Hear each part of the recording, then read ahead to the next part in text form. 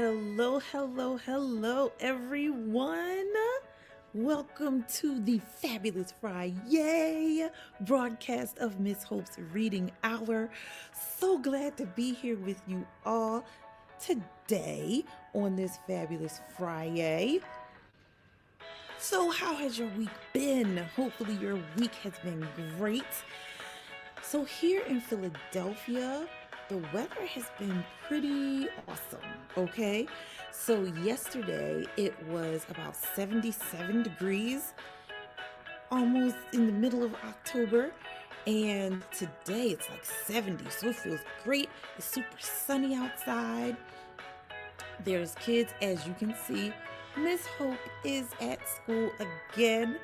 So there are kids outside. They're playing in the playground right now, because it's around the time for lunchtime, okay? But it has been a pretty nice week, okay? So hopefully wherever you are viewing from, your week has been great as well. So hopefully all of my young ones and older young ones have had a great week of school. What was one cool thing that happened at school this week? Let me think.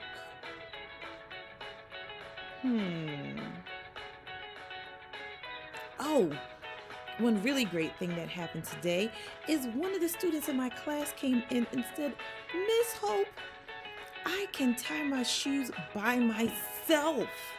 I was like, "What?" She was like, "Yeah, I don't need help anymore. I can tie my own shoes." So I thought that was pretty awesome, that now she does not need help. Probably every now and then she might need a little assistance, but now she knows how to tie her own shoes. Pretty big accomplishment for her. So, what great things happened in your week this week at school? Question for my young ones, older young ones, my teacher friends, my parent-teacher friends, parent friends, and all friends of Miss Hope's Reading Hour. How has your week been awesome? Did you find something to be thankful for yesterday on a Thankful Thursday?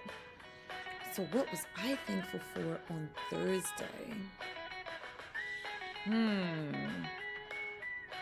was thankful that I got to eat breakfast before I left my house on Thursday, because sometimes I'm rushing, trying to make it to work, and I don't get a chance to eat breakfast. So I was pretty happy that I got to eat breakfast in the morning before I left my house. So I was pretty happy about that, okay? So today on Miss Hope's Reading Hour, I felt like I wanted it to be a little bit of a silly Friday, okay? Fabulous FRI-YAY. So today, Miss Hope's Reading Hour, Fabulous FRI-YAY, is going to the dogs and cats. Okay, so we have a book about a dog, a book about a cat, and I'll be honest, I have not read these books before, but they look like they could be kind of silly, okay? And of course, we have our chapter book, Hello Universe, that we started on Wonderful Wednesday, and we will keep on going with that, okay? So let's get to our books. What are we reading today, okay? Our first book, sorry. Oh, I dropped one of the books. All right, so our first book is called Dear Miss Larue, Letters from Obedience School. So the dog is in obedience school, writing some letters. We're going to read this today. This book is written and illustrated by Mark Teague, and it is a scholastic book. Dear Miss Larue, Letters from Obedience School. All right, our next book that dropped is called Mice Twice. Look at that fat cat. Oh, and look right here. Remember on Miss Hope's Reading Hour, I keep telling you guys about these medals right here, these literary medals. You can win one of these if you write an awesome children's book, and you don't have to wait until you're an adult. If you write one and they think that it's awesome, they'll give you one of these medals, okay? So don't think that you have to wait until you're an adult to get one of these. All right, this book is by Joseph Lowe, and we will see who the publisher is. And of course, we are getting back into our new chapter book, Hello Universe, Some Friendships Are Meant to Be, by Erin Estrada Kelly. And this is also a Scholastic book. Now, if you would like to donate to the Miss Hope's Reading Hour library so that we can have more amazing books to read for the reading hour, take a look down here at the ticker. You can donate via Cash App, and the Cash App handle is right there. Or you can email digital gift cards, or email me and say, Miss Hope, I want to send you books at the email that's listed in the ticker. Okay? Now, my friends, let us get into our first book. Dear Miss Larue, Letters from Obedience School. Written and illustrated by Mark Teague, a Scholastic book. The Snort City Register / Gazette. September 30th. Local dog enters obedience school. Ike Laru. Citing a long list of behavioral problems, Snort City resident Gertrude R. Larue yesterday enrolled her dog, Ike, in the Igor Rottweiler K9 Academy. Established in 1953, the academy has a history of dealing with such issues. I'm at my wit's end, said Mrs. Larue. I love Ike, but I'm afraid he's quite spoiled. He steals food right off the kitchen counter, chases the neighbor's cats, howls whenever I'm away, and last week while I was crossing the street, he pulled me down and tore my best camel's hair's coat. I just don't know what else to do. School officials were unavailable for comment. Wow. Ike must be something to deal with. They put it in the paper. Dear Miss Larue, how could you do this to me? This is a prison, not a school. You should see the other dogs. They are bad dogs. Miss Larue, I don't fit in. Even the journey here was a horror. I'm very unhappy and may need something to chew on when I get home. Please come right away. Sincerely, Ike. Oh boy. But he's not a bad dog. Dear Mrs. Larue, October 2nd. Were you really so upset about that chicken pie? You know, you might have discussed it with me. You could have said, Ike, don't eat the chicken pie. I'm saving it for dinner. Would that have been so difficult? It would have prevented a lot of hard feelings. Needless to say, I'm being horribly mistreated. You say I should be patient and accept that I'll be here through the term. Are you aware that the term lasts 2 months? Do you know how long that is in dog years? Sincerely, Ike. There he is, eating the chicken pie that was for dinner. October 3rd. Dear Mrs. Larue, I'd like to clear up some misconceptions about the Hibbins cats. First, they are hardly the little angels Mrs. Hibbins makes them out to be. Second, how should I know what they were doing out on the fire escape in the middle of January? They were being a bit melodramatic, don't you think? The way they cried and refused to come down. It's hard to believe that they were really sick for 3 whole days. But you know cats. Your dog, Ike. What did he do to make them go out on the fire escape? Ike is a pistol. Dear Mrs. Larue, October 4th. You should see what's going on around here. The way my warden, Miss Klondike, barks orders is shocking. Day after day, I'm forced to perform the most meaningless tasks. Today, it was sit and roll over all day long. I flatly refuse to roll over. It's ridiculous. I won't do it. Of course, I was severely punished. Another thing. Who will help you cross the street while I'm away? You know you have a bad habit of not looking both ways. Think of all the times I've saved you. Well, there was that one time, anyway. I must say you weren't very grateful, complaining on and on about the tiny rip in your ratty old coat. But the point is, you need me. Yours, Ike.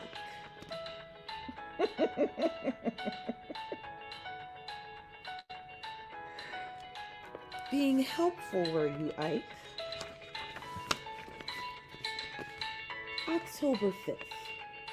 Dear Mrs. Larue, the guards here are all caught up in this good dog, bad dog thing. I hear it constantly. Good dog, Ike. Don't be a bad dog, Ike. Is it really so good to sit still like a lummox all day? Nevertheless, I refuse to be broken. Miss Klondike has taken my typewriter. She claims it disturbs the other dogs. Doesn't anybody care that the other dogs disturb me? Yours, Ike.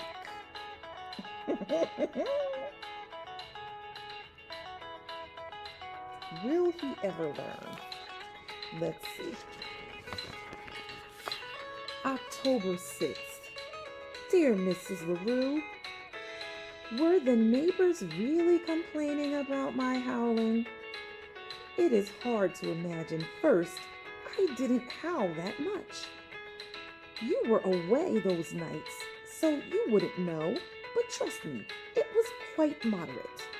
Second, let's recall that these are the same neighbors who were constantly waking me up in the middle of the afternoon with their loud vacuuming. I say we all have to learn to get along. My life here continues to be a nightmare. You wouldn't believe what goes on in the cafeteria.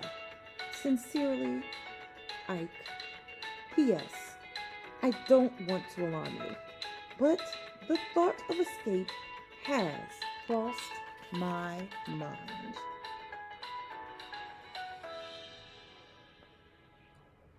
So now he's trying to escape.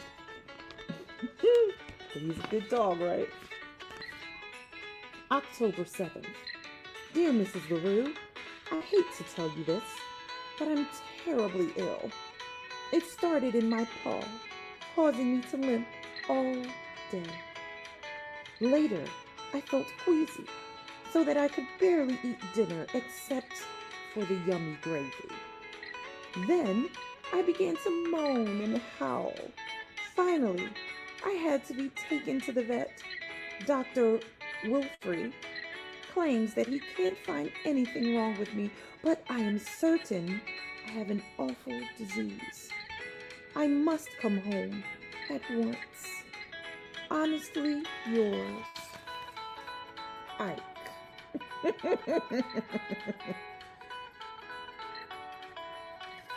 Now he's terribly ill. October 8th.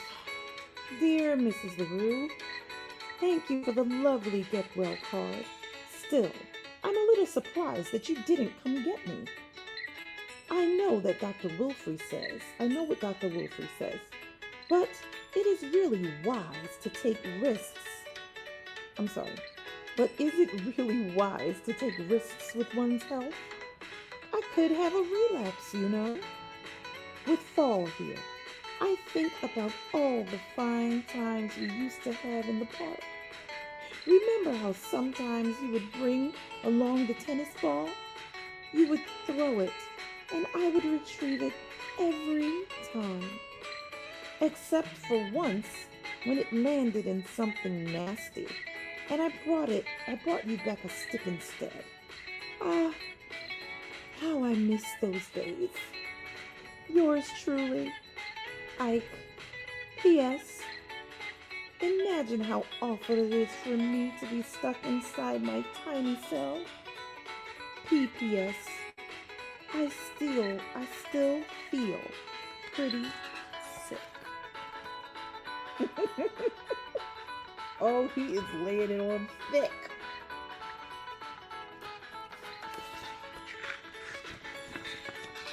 October 9th. Dear Mrs. Larue, by the time you read this, I will be gone. I have decided to attempt a daring escape. I'm sorry it has come to this, since I am really a very good dog, but frankly, you left me no choice. How sad it is not to be appreciated. From now on, I'll wander from town to town without a home, or even any dog food, most likely. Such is the life of a desperate outlaw. I will try to write you from time to time as I carry on with my life of hardship and danger. Your lonely fugitive, Ike. Let's see if he's successful with the getaway.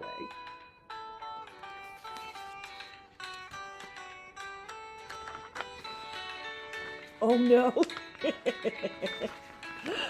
The Snort City Register / Gazette. October 10th. Larue escapes doggy detention. Former Snort City resident Ike Larue escaped last night from the dormitory at the Igor Rottweiler Canine Academy. The dog is described as toothy by local police. His current whereabouts are unknown. To be honest, I thought he was bluffing when he told me he was planning to escape, said a visibly upset Gertrude R. Laru, the dog's owner. Ike tends to be a bit melodramatic, you know. Now, I can only pray that he'll come back. Asked if she would return Ike to the Rottweiler Academy, Miss Larue said that she would have to wait and see. He's a good dog, basically, but he can be difficult. He got away in a taxi cab. Let's see if he'll come back home. October 11th, somewhere in America. Dear Mrs. Larue, I continue to suffer horribly as I roam this barren wasteland. Who knows where my wanderings will take me now? Hopefully, to some place with yummy food. Remember the special treats you used to make for me? I miss them. I miss our nice, comfy apartment. But mostly, I miss you. Your sad dog, Ike. P.S. I even miss the Hibbins cats. In a way. Uh-oh.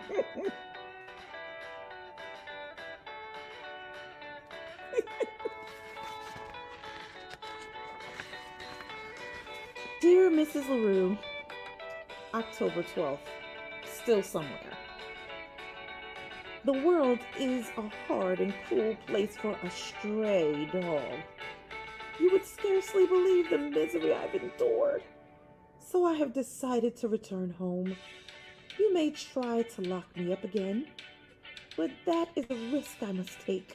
And frankly, even more than myself, I worry about you. You may not know it, Miss Larue, but you need a dog. Your misunderstood friend, Ike.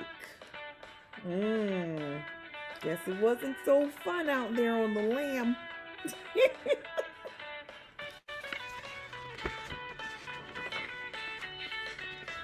Snort City Register / Gazette, October 13th.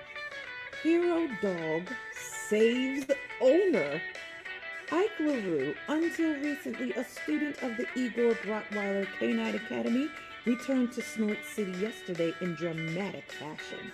In fact, he arrived just in time to rescue his owner, Gertrude R. Larue of 2nd Avenue, from an oncoming truck.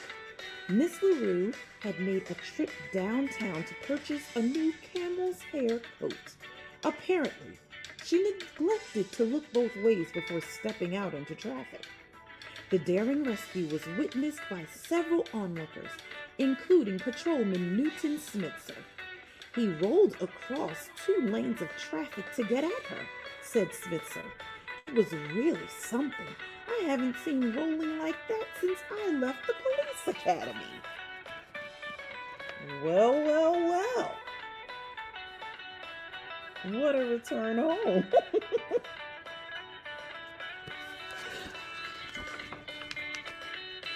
Mrs. Larue was unhurt in the incident, though her coat was badly torn.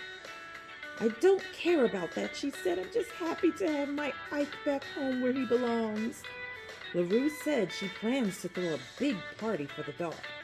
All the neighbors will be there, and I'm going to serve Ike's favorite dishes.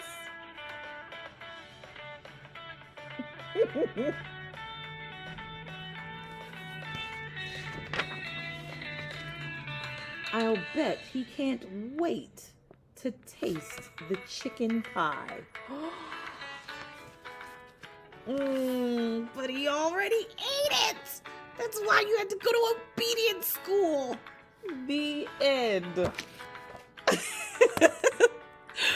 This was a good book. Dear Mrs. Larue, Letters from Obedience School. Will Ike ever learn? So glad I got to read that one with you all. That was so much fun. All right, our next book, Mice Twice by Joseph Lowe. Story and pictures by Joseph Lowe, a Macmillan Publishing Company book. Cat was thinking about supper. He thought, I could eat 47 grasshoppers, or I could eat 69 crickets, or I could eat a fine fat sparrow. But I think I'd really like a nice, tender mouse.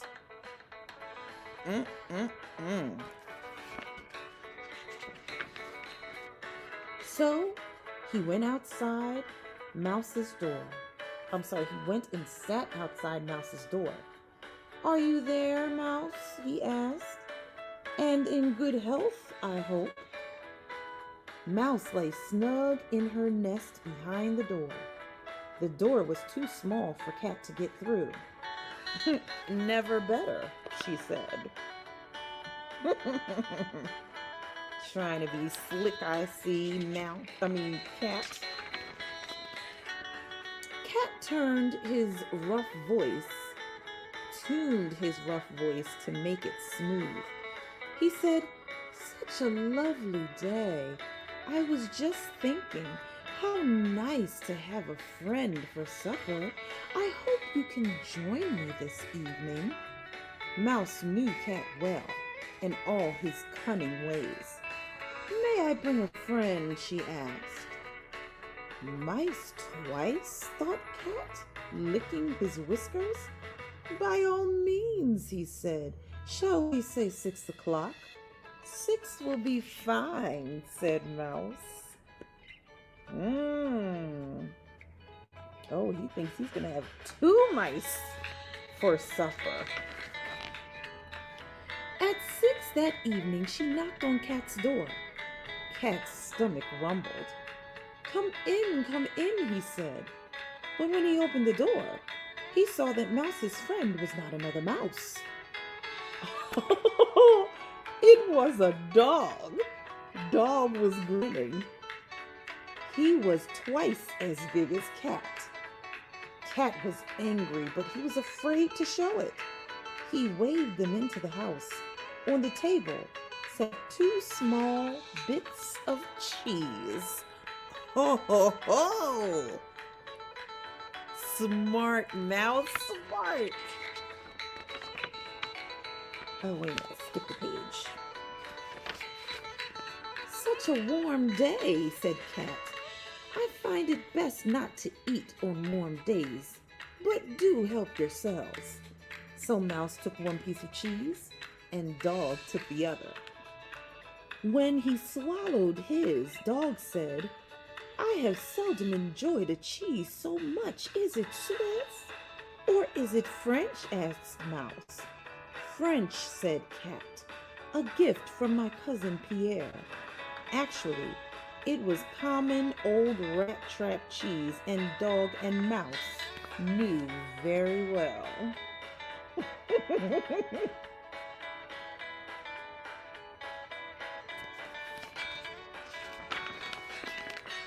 Dog said, it was so pleasant, dear Cat. I hope you will have dinner with me tomorrow night. Cat thought for a moment. I will indeed, he said, if I may bring a friend. Good company makes for good eating, said Dog. Bring any friend you like. Shall we say 7 o'clock? 7 will be fine, said Cat. At 7 the next night, Cat knocked on Dog's door. Beside him stood Wolf, twice as big as Dog, 4 times as fierce. Come in, called Dog. Oh, man. Who's all going to get invited to dinner? Cat looked at Wolf. He whispered, Dog for you, Mouse for me. Agreed. Wolf said nothing, but curled his lip in a hard smile. All his sharp teeth were showing. Cat and Wolf both licked their whiskers. But when the door opened, there beside Dog was a crocodile. His big, toothy jaws slowly opened and closed as he smiled at Cat and Wolf. Oh, they could not get over on them. Oh, that was a good one. Goodness gracious, a crocodile? Sheesh. Cat and Wolf stared at the gaping mouth. So big, so red, so many teeth. They could not take their eyes away, not even to look at the 4 pieces of cheese on the table. Said Wolf, looking over his shoulder at the door. Actually, said Cat, we came to ask if we might make it another night. Neither of us is feeling well. What a pity, said Dog. I had hoped you might enjoy this delicate French cheese. Brie, it is called. And it really was French brie. Fancy. Guess you're not quite as hungry as you thought, are you?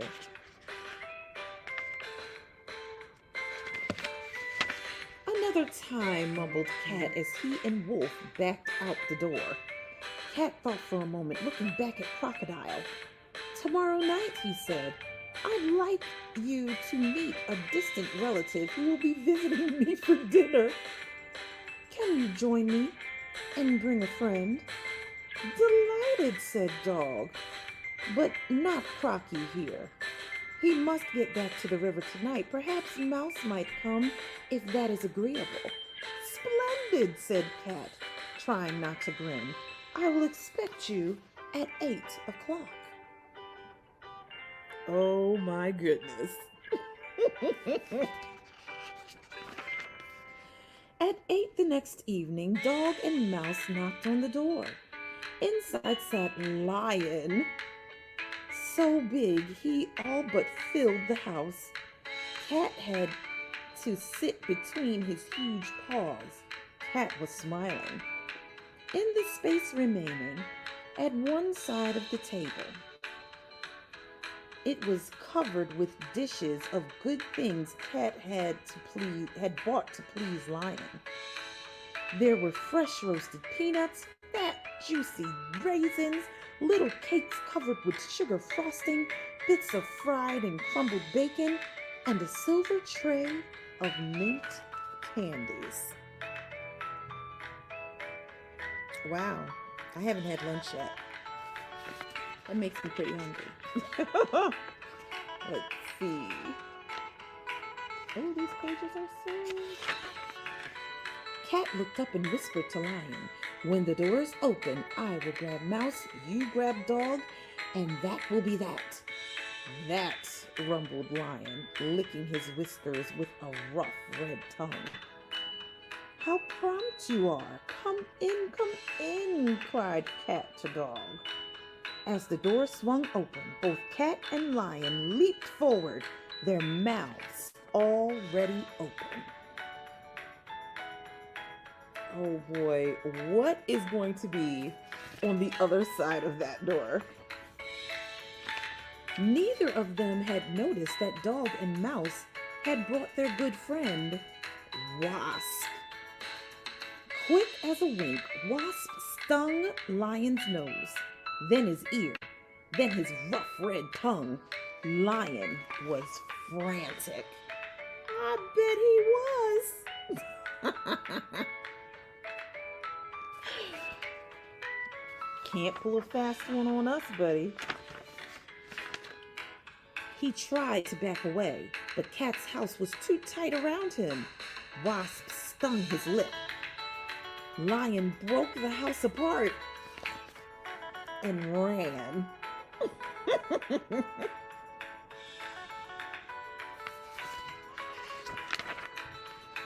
Cat ran after him and Dog after Cat. Cat's house was wrecked, but the table was unharmed. So the good things on it stood as they had been. Good friend, said Mouse to Wasp. Do help yourself to anything you fancy. Those little cakes, perhaps, or one of the mints. I'd rather like the smell of those peanuts myself for starters. Plenty here for both of us, and good to share too, and a good share too for Dog, if Cat escapes what he deserves.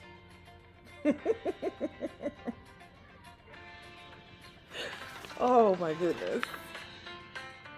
If Cat did escape, you may be sure he never bothered Mouse again. The end. Ha ha. Smart Mouse, bet you won't be having mice twice. Somebody might be having Cat twice. Cat and the lion, but the lion, he's too stung up, so he's gonna keep running. But Dog might just catch up with Cat. Such a good book. Such a smart mouse. Glad I got to read this with you guys. All right. So, our next book. Oh, wait a minute. Sorry. Wrong thing. We got to change the ambiance. You know the deal. We got to change the ambiance. We got to change it for our chapter book. Hello, Universe. So, in our first chapter, we found out that our friend, let's remember his name, Virgil, He feels kind of like a failure. School has ended. He doesn't feel like it was too great. But come to find out, he's deaf and wears 2 hearing aids.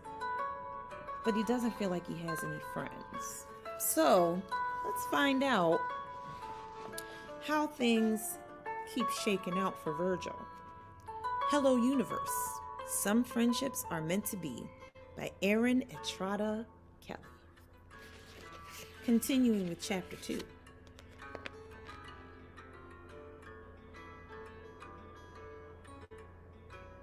When I was younger, I thought the cloud would get so heavy that all my prayers would come falling down and I'd have everything I wished for. But now I'm 11, so I know better. I still picture them sailing up, though. There's no harm in that.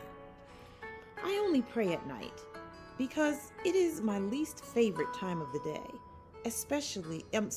Everything is still and dark, and I have too much time to think. One thought leads to another until it's 2 in the morning and I haven't slept a wink. Or I've slept, but not well. I didn't always hate the nighttime. I used to crawl into bed and drift off to sleep no problem. It's not because of the dark. That's never bothered me. One time my parents took me to a place called Crystal Caverns, where you went underground and couldn't even see your hand in front of your face. I wasn't scared at all. I loved it down there. I felt like an explorer.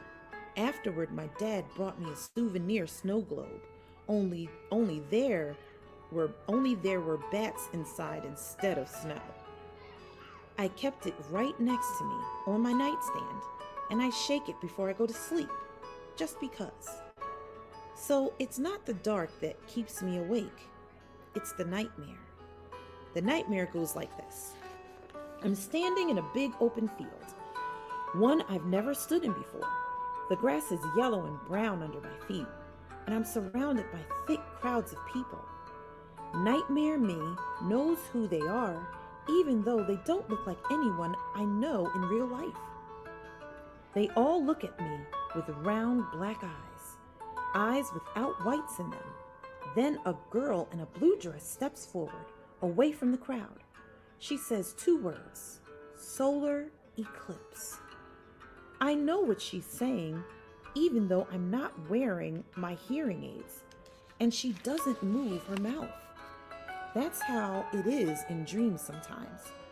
The girl is pointing skyward. Nightmare me looks up to where she's pointing and watches attentively, not scared yet. I crane my neck, along with everyone else. We all watch as the moon moves in front of the sun. The blazing blue sky turns gray, then dark, and Nightmare me thinks it's the most amazing thing I've ever seen. It's strange how nightmares work, though. Somehow, Nightmare me knows things won't end well. As soon as the moon finishes passing the sun, my blood rushes into my eyes, and my palms dampen with sweat. I look down from the sky slowly, not wanting to see. And just as I suspected, everyone is gone. The whole crowd, even the girl in the dress. Nothing moves, not one single blade of grass. The field stretches on for miles and miles. The moon has pulled everyone away. All but Nightmare me. I'm the only person on the face of the earth. I can't tell what time it is, but I know it's late. Like past midnight late. As hard as I want to not think about the nightmare, here I am, lying in bed and thinking about it. I shake my Crystal Caverns globe and watch the bats flutter around. Then I try to focus on the bumpy paint on my bedroom ceiling. My dad calls it popcorn paint. When I was a little girl, we'd pretend the ceiling was really made of popcorn, and we'd open our mouths wide and let it fall in. Next time, I'll paint a licorice ceiling, my dad would say. He liked to say that Twizzlers were one of his favorite food groups. I'd shake my head and say, chocolate, chocolate, chocolate. It's our routine. But we don't do things like that anymore. I don't think he knows how to be a dad of an 11-year-old girl. Oh, Virgil is a girl! You can't sit an 11-year-old girl on your shoulders, especially not when she's all knees and elbows and 5'5". And you can't make hot chocolate and wait for Santa Claus or read picture books. But it was still nice to remember the popcorn licorice chocolate ceiling. It's better than thinking about the nightmare. I close my eyes and feel the hum of the ceiling fan against my cheeks. I make a promise to myself. If I have another nightmare tonight, I'll talk to someone and ask for help. I don't know who, but someone. Not my mom. Don't get me wrong. There are times when my mom is easy to talk to. If you catch her on a good day, she's not too mom-like.